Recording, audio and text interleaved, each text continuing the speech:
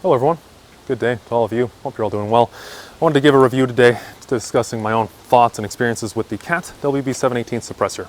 This right here, which I currently have on this 10.3 inch AR, which I have a pretty even distribution of rounds on this suppressor through this platform, as well as a 16.5 inch piston, which I will be discussing a little bit later as it becomes relevant. Got about 1,000 rounds through it so far. I've had it for a few months, not a huge amount of time. I do know that this is a newer suppressor and that there are also quite a few reviews out there, but I just thought it'd be useful to maybe give my own thoughts on it as well. So let's talk about it. I'm going to start with what I think is probably the most relevant for a suppressor, which is how well does it actually suppress the sound. And like I said, understand this is going to be a qualitative comparison. I'm going to show some tone testing that I didn't explain how that worked in just a second.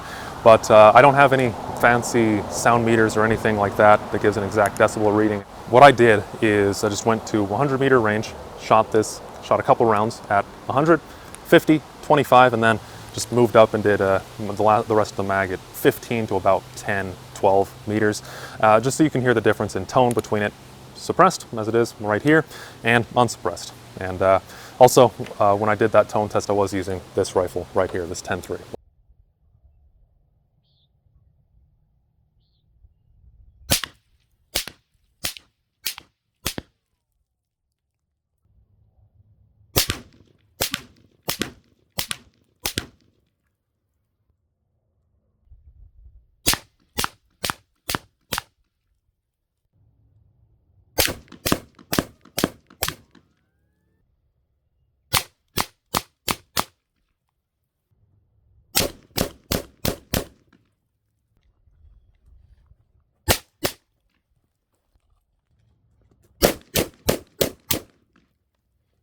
I didn't touch any of the audio, that's completely raw audio, and hopefully you could tell the difference between it being suppressed and unsuppressed. If not, it doesn't always come through that well on the microphone, but it is a very pleasant tone. Of course, it's still not going to be hearing safe. It's 5.56 ultimately at the end of the day, but at the shooter's ear as well, it's really, really nice. I do like that a lot, and it does seem to reduce the decibels by a decent amount. So it's about all I can say without having proper recording equipment.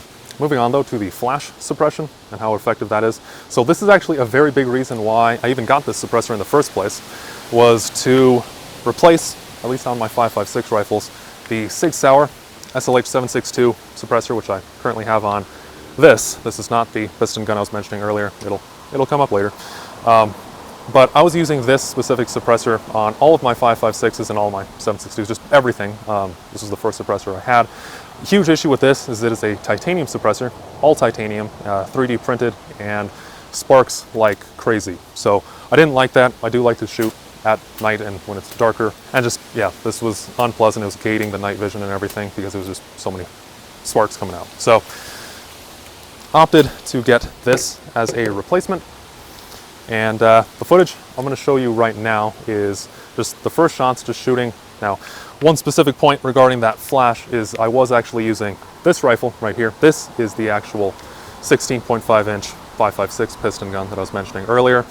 And yeah, shot this just using regular Light City MA55 for a good, just consistent comparison. That's what I tend to use in a lot of my tests, just because it's pretty consistent ammo.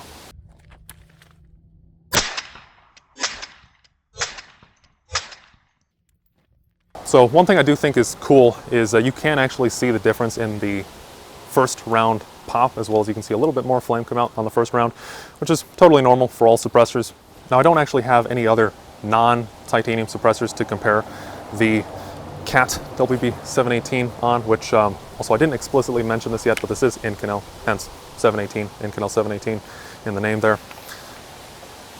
But overall, at least from the other footage I've seen of suppressors being shot at night, it seems to be fine. I don't really have any complaints with the night vision performance of it, and especially when you consider the length of this suppressor. This is actually a 5.45 inch suppressor body. Of course, it'll change a little bit depending on what adapter you have.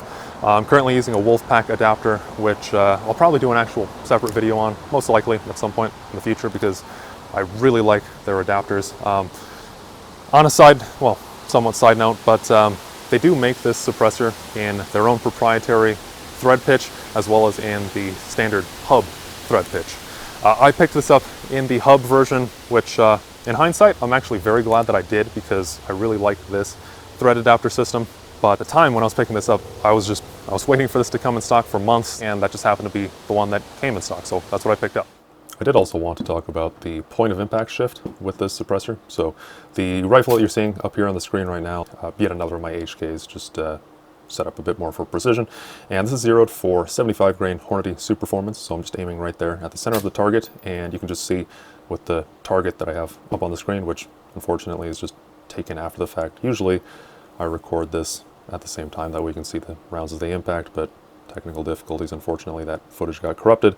Regardless, you can see it only moved it down by about a ½ inch, maybe, so really completely acceptable. This rifle just has a medium contour barrel on it, and yeah, this is a pretty lightweight suppressor, so not bad at all, and it was a straight downwards shift, so no issues with the windage needing any adjustment there. Overall, it is a larger group than what I'm used to. I will note that as well. I'm thinking that's more to do with the ambient conditions that were at play. When I recorded that, it was particularly hot, and I was getting a ton of mirage off of mostly the ground, a little bit off of the suppressor as I was going on through the group as well. Not that bad though on the suppressor, but regardless, I don't think the issues with the precision had to do anything with the suppressor itself. As a side note, one other thing I did notice with the suppressor is it does seem to get hotter a bit quicker than other suppressors, which probably has to do with the compact nature of it, but that's more anecdotal, and it's not something I've been able to really scientifically test with taking out a bunch of different adapters and everything at the exact same temperatures. Another really big draw to this suppressor that I personally really do like is that it is a reduced back pressure, low back pressure, flow through, whatever you want to call it, which you can see right here. So these 4 side ports are what jet out the excess gases, so you have less back pressure, less gases coming back at you through the system, less gas that you can smell and that's stinging your eyes, and it's extremely effective at that. Like I said, it's very impressive, especially given how small the suppressor is overall.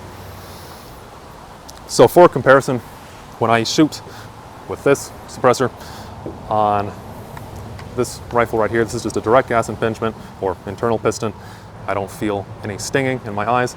Comparing that to the SLH 762, I did try this suppressor before on my 10-3, and even though this is actually flow through as well, I was getting a lot of gas to my face when I used it on here, and yeah, just overall it's not as efficient of a flow through. So I don't have the biggest amount of suppressors to compare it to, but this Cat WB718 seems extremely impressive as far as the flow through, and the pressure reduction is very nice with that.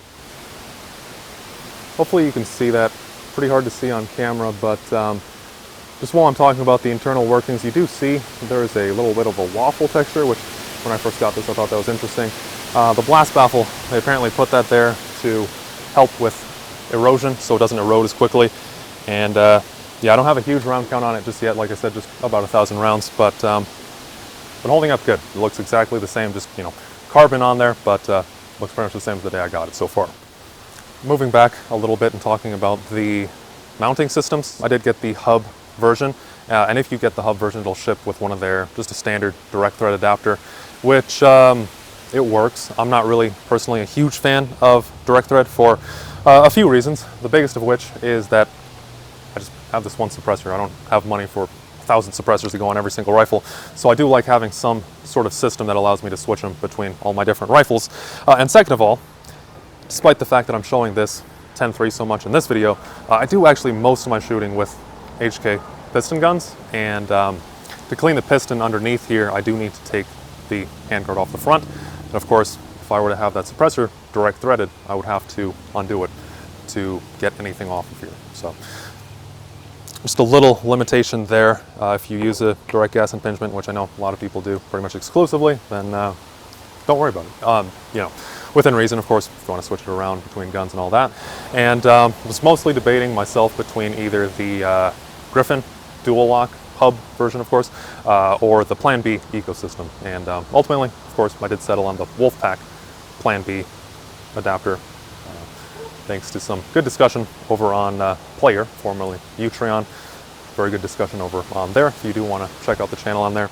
Ultimately, I do like this, the Plan B system in particular, because this is such a nice and compact suppressor. It does keep it compact rather than adding about an inch length to it. Last thing, I did want to talk about the weight on this suppressor. So comparing it to this, and of course just comparing it on the spec sheet to other suppressors that are out there, this is actually, so it's pretty light, but when I got it and weighed it, it is actually heavier than what they advertise on Silencer Shop. So I pulled it up right here. So Silencer Shop themselves advertise this as being a 12.6 ounce suppressor. When I weighed this, when I very first got it, this was actually 15.2 ounces, so pretty considerably different. And I've had issues with my scale in the past, but it actually calibrated before this, so I know that that's actually pretty close to being accurate. So yeah, I mean, it's still pretty lightweight for what it is, but it's going to be heavier than a titanium suppressor like this one, the SIG that I keep mentioning, even despite the fact that it's so much different in size overall. The only thing, like I mentioned about the weight, it was a little bit heavier than I was expecting, but also it's not enough to be an issue. It's only just about 3 ounces heavier than was advertised, so it's fine.